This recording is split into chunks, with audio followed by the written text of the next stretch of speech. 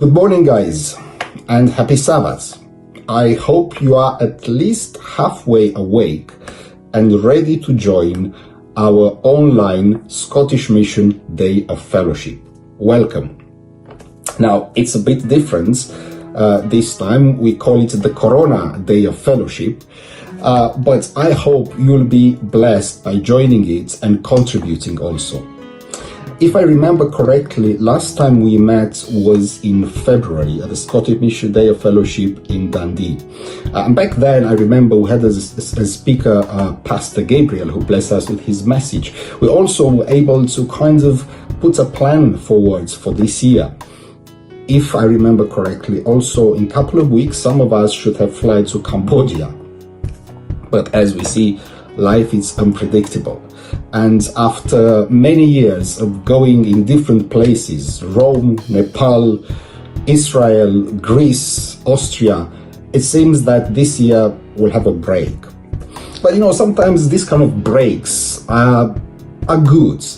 And I hope this 2.5 months in which we have been in lockdown were also opportunity for us to pause and to reflect. That's why the first kind of part of our Day of Fellowship, it's a reflection part.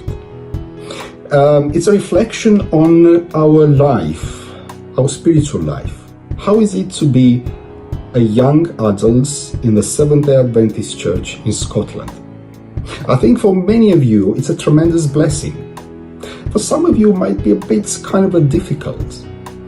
And that's why this time that we have in the next 1 hour, it's a time for reflection. It's a time of honesty. When we look at our own experience, being unbiased and speaking about what is it like to be a young adult growing up in a Seventh-day Adventist church. As I said, I know for many of you, it's a privilege and a blessing. For some of you, it could be a bit challenging from different points of view. That's why we want to understand what is it like. Because we will define the future of this church in a couple of years. And it's important kind of to speak openly and clearly about experiences good and bad that are helping us to shape that vision of a future church that can provide the best supports for its youth, for its teenagers, for its youngsters. So I invite you to be part of this discussion and to let your heart and your mind speak in an honest way. And let's come to that kind of conclusion from where we can move forward, not to complain, not to quit, but to come to that point in which we understand what God actually wants from us.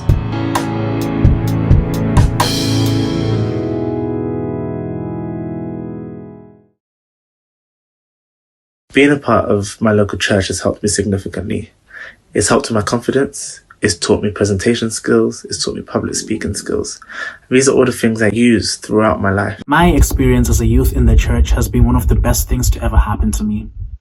Being involved in the church has allowed me to find my closest friends, people who I can call my brothers and sisters, people who I know I can depend on in times of need. Upon reflecting upon my time and experience as part of the church, in particular my local church in Glasgow here, I think I can say with quite a lot of certainty that yes, I have benefited from being part of the church as well as the church community and church family, for reasons such as the support I've received on a personal level in terms of my growth, my learning, having grew up in the church literally since I was a child. A lot of my fundamental ideas, my core beliefs have been sharpened and developed within the church context, and with the many mentors and role models and parental figures that have really been shining lights on the path that has brought me to becoming the person I am today. And so, yes, the church has definitely played a pivotal role. Aside from the mentors, I also have to acknowledge the friends I've made from being part of the church. Literally life friends, people I see as my own brothers and my own sisters, and the impact that we have managed to have in learning from each other, as well as being there for each other during, yes, all the good times we've had, and there have been many good times, but also in our more dark and more insecure and more vulnerable times, we have been there for each other and continue to be there for each other. And I think that's, although I have friends like that outside the church, majority of them are from the church, and I don't think that's a coincidence, if I'm honest. So there's that. But outside of my own personal part, there's also the idea of what I've been able to give to the church through my talents, my God-given talents, my skills, my abilities that I probably discovered in the church and have had the opportunity to give back through music ministry, through worship, through preaching, and through teaching, and through service to others. And so these are just a few to name and number just a few of the beneficial experiences that have contributed to my own personal growth, as well as my outlook on life itself. Reflecting on my experience as a youth in your local church and reading from my laptop, have I benefited from being part of it? And my answer is yes, because it's been a refuge for me where I have been able to have friends I grew up with, because I was more or less raised up going to church. So being able to have the comfortability of having people who look like me and have similar culture as me, able to have the same like fundamental beliefs and values, and even though everyone has their own journey with Christ, it's always nice to come together and not be seen as the outsider who still goes to church once a week all the time, because you can get people, like I feel like in the UK, who obviously just have lost that practice of like practicing Christianity, and especially attending church. Have I benefited from being a youth in the church, my local church? Yeah, I think so. One thing I rate very highly about my church is we do this thing called AYs. I don't know if all churches do them, but our AY sessions are give our youth space to speak freely. We're all around the same ages, have experience around the same things, and if not, and there's that diversity of ages and experience, again, that benefits us. For example, like because of this whole pandemic, we're having to do them a lot online, and we've had some of the elders drop in on the calls, and it's been interesting. They have points of views that differ from us, and it's good to get a whole range of experiences to learn from. But the group, I think, is like a really close group. They seem to, or I feel I can be my true self and not feel judged or condemned in the environment. So yes, I'd say I've benefited loads. My vision for a better church would be to be more impactful within the community. I believe we should have more businesses, we should have more schools, and we should have more restaurants in our communities where we are able to show our presence and share our beliefs.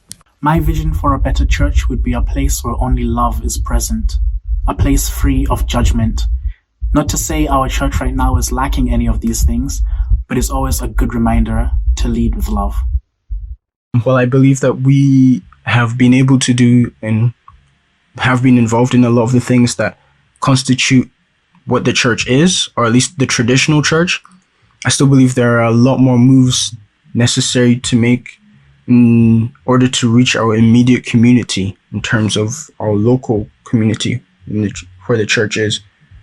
In terms of having this, the will as well as the vision to reach people in the most authentic way possible in order to build and create meaningful relationship and truly caring and compassionate and empathetic bonds with the people in our immediate community. Another thing that would probably benefit our church would be more opportunities to discuss and perhaps look at the advantages and ways of really utilizing the multiculturalness of our congregation to its full potential. Yes, we have international days, and there are opportunities for people to do things that represent their own cultures, but we don't really have the chance to discuss how it affects the way we worship and maybe the limitations certain things might bring. Just a space to open that, as well as celebrating, understanding each other's cultures and the multiculturalness of our church and how that affects not just how we do worship, but how we then go out and reach a multicultural community and a multicultural society. And lastly, I think there's a lot of work to be done also in not just the multiculturalness, but reaching the majority indigenous Scottish population, especially the white Caucasian majority in our own societies, who maybe have not yet had the opportunity to really experience what the Seventh-day Adventist Church is, or I don't know, there's work to be done in terms of how we reach out to that community, both young and old. Being able to maybe have more retreats where things which the youth are actually struggling with are being targeted. So I feel like there was a time a long time ago where there was a retreat called Sex in the Sanctuary, and that was really good. I still remember parts of it till this day, and I feel like we need to have more impactful retreats like that where we get to actually learn about things which the youth face and they may not fully understand, such as those who struggle with different parts from sexual morality. That could be the masturbation and pornography, and just being able to understand the reason why purity goes a long way, and just ways to, I just feel like being able to ask the youth what they feel like would be a good thing to focus on in a retreat, and then trying to supply it. What would be my vision for a better church? Now that is a question. I feel church for me is family.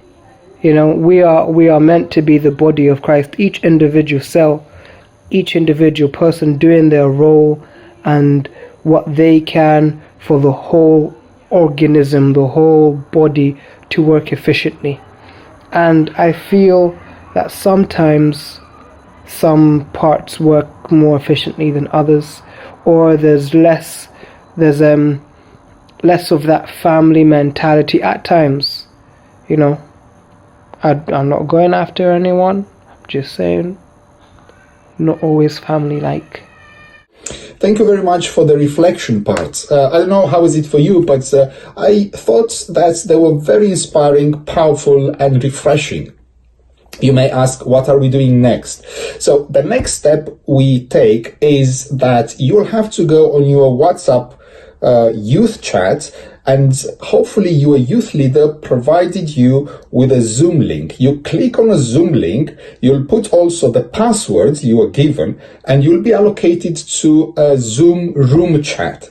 And during the next 45 minutes, we will have a discussion based on the reflection we just heard and on 3 questions that your leader will provide you with.